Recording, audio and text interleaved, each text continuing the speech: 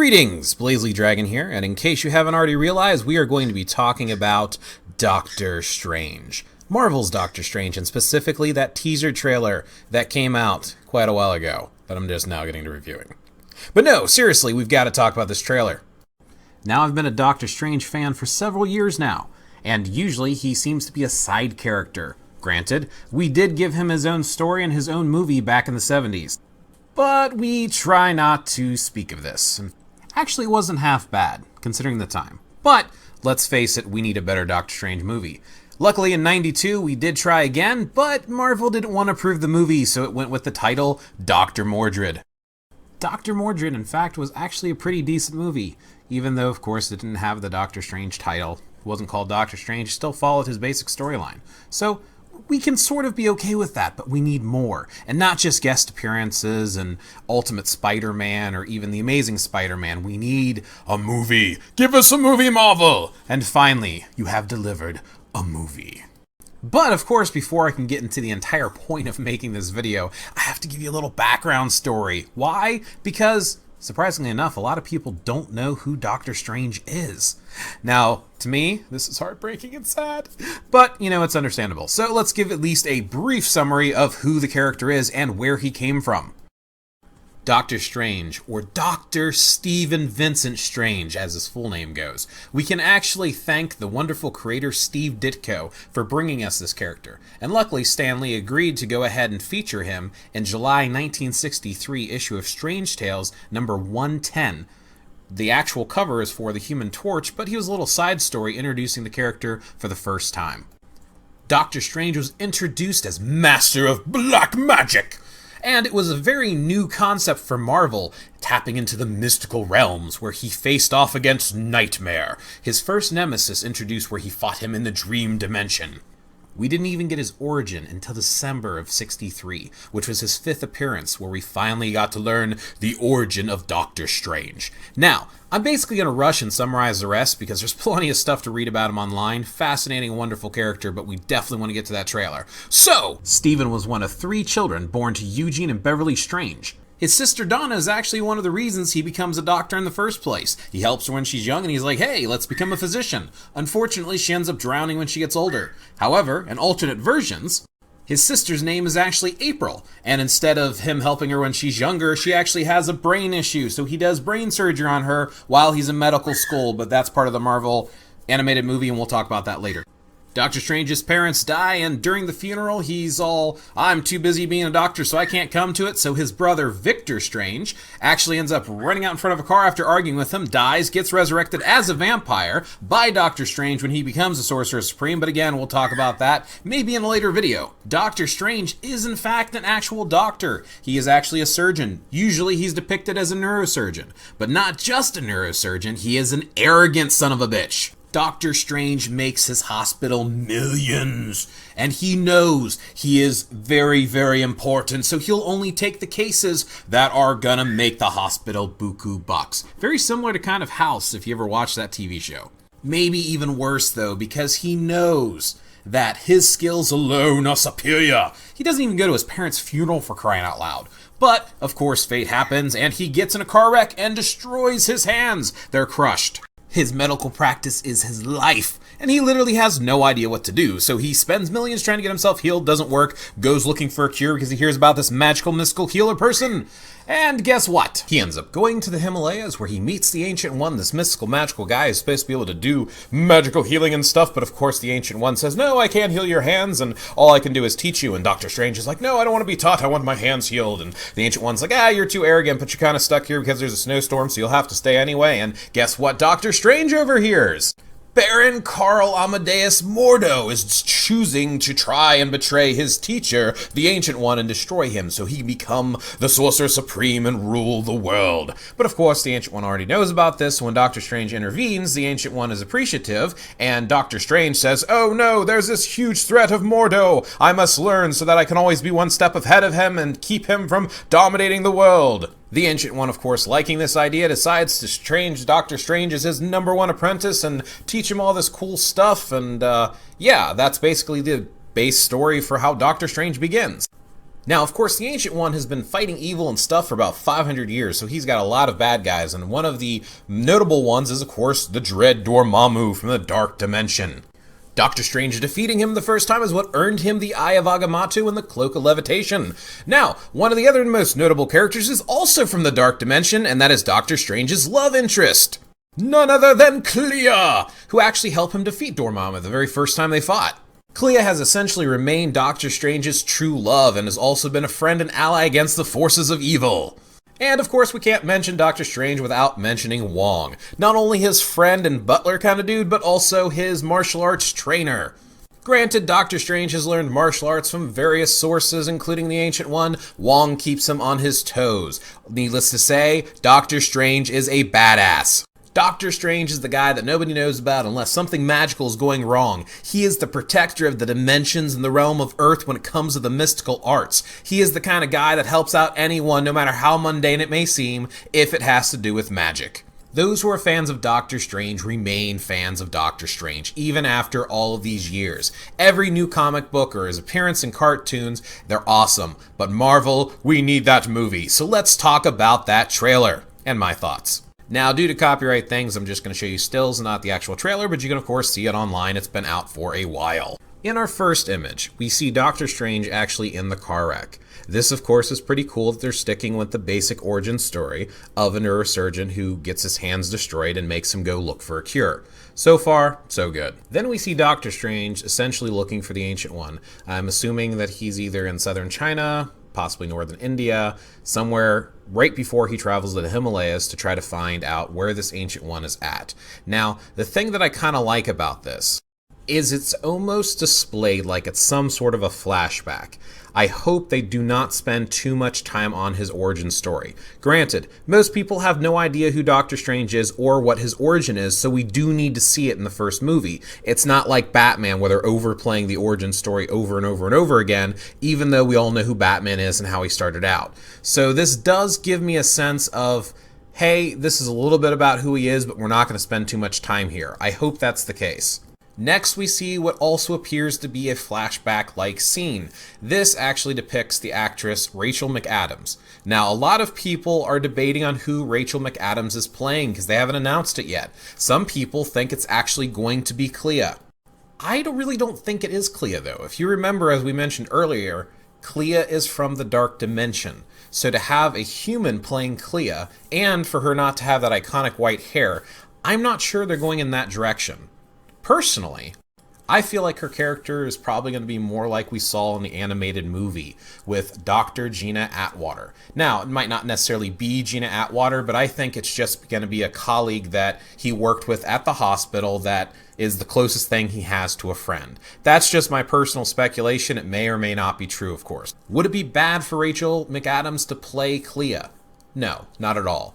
It's just, for me, people don't know the character anyway, so telling the story closer to the comic books is not necessarily going to hurt them. But I get it. This is their new vision of the story. They're retelling it in a new way. So if it happens, it happens. But I don't know. We'll see. Next, we get this kind of, again, some sort of a flashback, possibly, hopefully, when he was still a famous neurosurgeon and he has that arrogant look on his face looking out the window. I feel like this is a flashback because they kind of interlace it with him kind of revisiting it. He's got the beard going on. His hands probably have the fractures in the bones. Even though his hands work, of course, they're, not able to do neurosurgery anymore. I really feel that's reinforced by the next two scenes because it shows kind of him as a neurosurgeon, him working and operating and being Doctor Strange. Now, this, of course, is another thought I had, that in this teaser trailer, they're literally showing you nothing. And that's what I think they're doing by showing so much. I really feel like the bulk of this trailer so far is literally just covering the first 15 to 20 minutes of the movie. I really don't think they're giving anything away at this point, and I think they're going to focus more on the magical aspect, possibly the martial arts, and even the training than they're going to do about his backstory. I think the backstory is just going to be this little blurb at the very beginning. Now, of course, here in this next scene, we see his hands in that whole, I guess they call it traction, where they're kind of isolating the fingers so they can heal. They were basically crushed at least in the comic and the animated movie, they were able to repair them to the point where they could do basic functions, but he's never going to be able to hold a scalpel again or do neurosurgery. And that, of course, being a neurosurgeon and being defined by that, that's why he goes on this quest for, who am I? Now we finally get to see Mordo walking down the street. Now, this scene really makes me question what they're trying to do here. Is it Carl Mordo who finds Strange and brings him to the Ancient One? Or is this something that happens later in the movie where either Mordo is the threat or Mordo is actually helping Strange with the threat? Either way, this scene of him just walking down the modern streets makes me wonder what's going on. They might even take it in a direction very similar to what we saw in the animated movie. In the animated movie, Mordo is actually working with Strange. They are allies. They are fighting together as a team until Mordo gets jealous of Strange and then turns against the Ancient One. Unlike the comic books where when Doctor Strange first steps in, Mordo's already plotting against the Ancient One. Though I have no doubt that ultimately Mordo is not going to be working with Strange for the whole movie, I think there is a possibility they might have them be allies for part of the movie. I definitely think that that is a strong possibility, especially seeing them stand side by side in a couple of the screenshots from out of the trailer. For example, this one, not from the trailer, but a screenshot that was released, them standing side by side. I almost feel like they might team up to face this threat, even though Mordo's still going to ultimately be hating Strange, and Strange, of course, is ultimately going to still be watching Mordo. Now we finally get introduced to the Ancient One, played by Tilda Swinton. Now this was a very interesting call by Marvel. Traditionally, the Ancient One is an older gentleman. He's actually 500 years old, from Kamar Taj, which I don't think is actually a real place. But in this case, I believe there's discussion that technically the Ancient One's a title, not a person. So why not have a woman casted for it? I think it's a very interesting call, and I'm actually very excited to see it, to see how they decide to depict her as this, powerful Ancient One who's both this martial arts master and this mystic. Now, it's interesting, though, because as we watch this teaser trailer, she seems to be very much in her prime, whereas the Ancient One in the comics is a sickly old gentleman who, even though he's still potent in magic, he's basically at the end of his life, and he's trying to find his apprentice to pass the mantle on to after 500 years of protecting Earth and the dimensions. This scene got me super, super excited. This is where I think they're going to spend most of the movie, is Doctor Strange's training to become the next Sorcerer Supreme. Now, it's interesting because they're combining martial arts with magic. They're having them side by side. And I think a lot of people, when they think of Doctor Strange or they read about him, many people forget the fact that even without his powers, he is a master martial artist. In hand-to-hand combat, he can roll with the best of them unless they're super powered. So to show this as a combination and to feed them through each other, I think it's taking a very neat approach that kind of mimics the realm of what we see in traditional Asian martial arts, where there is this actual spiritual aspect of it. They, of course, just enhance it and blow it out of proportion for movie's sake to make it more entertaining, but I really, really like this scene, and it actually almost gave me goosebumps watching it. Of course, this knocks him out of his physical body into his astral form. Now, if you are a fan of the comics, and if you read from the very beginning, his astral form was his go-to power. He used this a lot for many, many reasons. He even combats in astral form. If he needs to get somewhere quickly, he astral projects. This is like his way of moving around mostly. Even after he gets the Cloak of Levitation, which takes him a while, he still uses his astral form a lot. The next clip in the trailer is the only part of the trailer that kind of really threw me. I wasn't really digging the way that he was morphing reality around him. And more than likely, this is something on a different dimension or an astral plane, but we're really not sure. I'm not really sure who this character is supposed to be. Something about the way that this flowed and the way that things snapped apart as this guy walks down this corridor, I wasn't really digging the way the animation looked. Though on a whole, even in this next scene where Doctor Strange is actually falling through this twisted dimension, and yes, that's him right there, falling through this twisted dimension, Doctor Strange has pretty much always been about these alternate realities and these worlds and these dimensions that are beyond human understanding and comprehension. So I'm really excited that Marvel is taking the time to focus on the fact that there's not just the realm of Earth, there's not just the magical threat here, but there's this weird and twisted world that is, controlled by the mind or has things that human perception cannot understand or comprehend or even work with. So that was really neat to see those scenes where he's bending the world and where you see multiple versions of the same world. I definitely think that they're going in the right direction with this movie. After taking us on this trippy ride, they of course then slam him back into reality, almost like he's falling back into his own body, but it almost looks like his body is dropping from the ceiling too, almost like he took his body along with him for the ride, and you have the Ancient One just standing there with this look of, yes, I know, and him being bewildered beyond belief. It was neat to see, and going along that little quick trip of all these different worlds and having it slammed at you and slammed back in reality was cool. However, the next scene kind of threw me off where he's like, teach me. The reason it kind of bothered me there is even though, sure, how would you react if this happened to you? They are, again, going different from the original story where he's going there to be healed and has no interest in learning and wants to just go. So maybe they're going to still follow that, but after he's introduced to this, he's willing to give it a chance and, okay, maybe I can be healed in a different way and you teach me to be whole and to be this other person who's not defined by being a neurosurgeon. Either way, I was just kind of a little bit iffy when I saw this scene, even though it was still pretty cool. They finished the trailer with him walking up the steps in his classical outfit. He's walking towards the window, which clearly looks like the Sanctum Sanctorum's window, which is found in Greenwich Village in New York. And it's like, it's just, this is a moment of stunned silence. It's very well done. Great way to wrap up the trailer. Now, of course, you can't see much in this scene. There's just this iconic walking up the steps, just the footsteps echoing, and it's really cool. But, beyond the trailer, let's take a quick peek at his costume and the Eye of Agamotto, because I think they did a brilliant job of bringing it to life. His costume looks amazing. I mean, it not only follows traditionally what his outfit would look like, but they toned it down and gave it this realism, this mystical look that looks badass. It doesn't look corny. It doesn't look over-exaggerated. It looks very practical. The fact that they changed his puffy sleeve shirt for this more of a robe, folded Asian kind of look, even with the Shaolin-like ties around his forearms, it works. The whole outfit works. His sash, the way they changed it out for that belt, his new cloak there, I'm assuming it may be the cloak of levitation, it may not be, more than likely it is, but the pattern on the inside, the high collar without being too high. Now the only thing that kind of threw me a little bit is the Eye of Agamotto itself, and that's because some of the rumors I keep hearing about online. There are some people that are debating this is actually one of the Infinity Gems.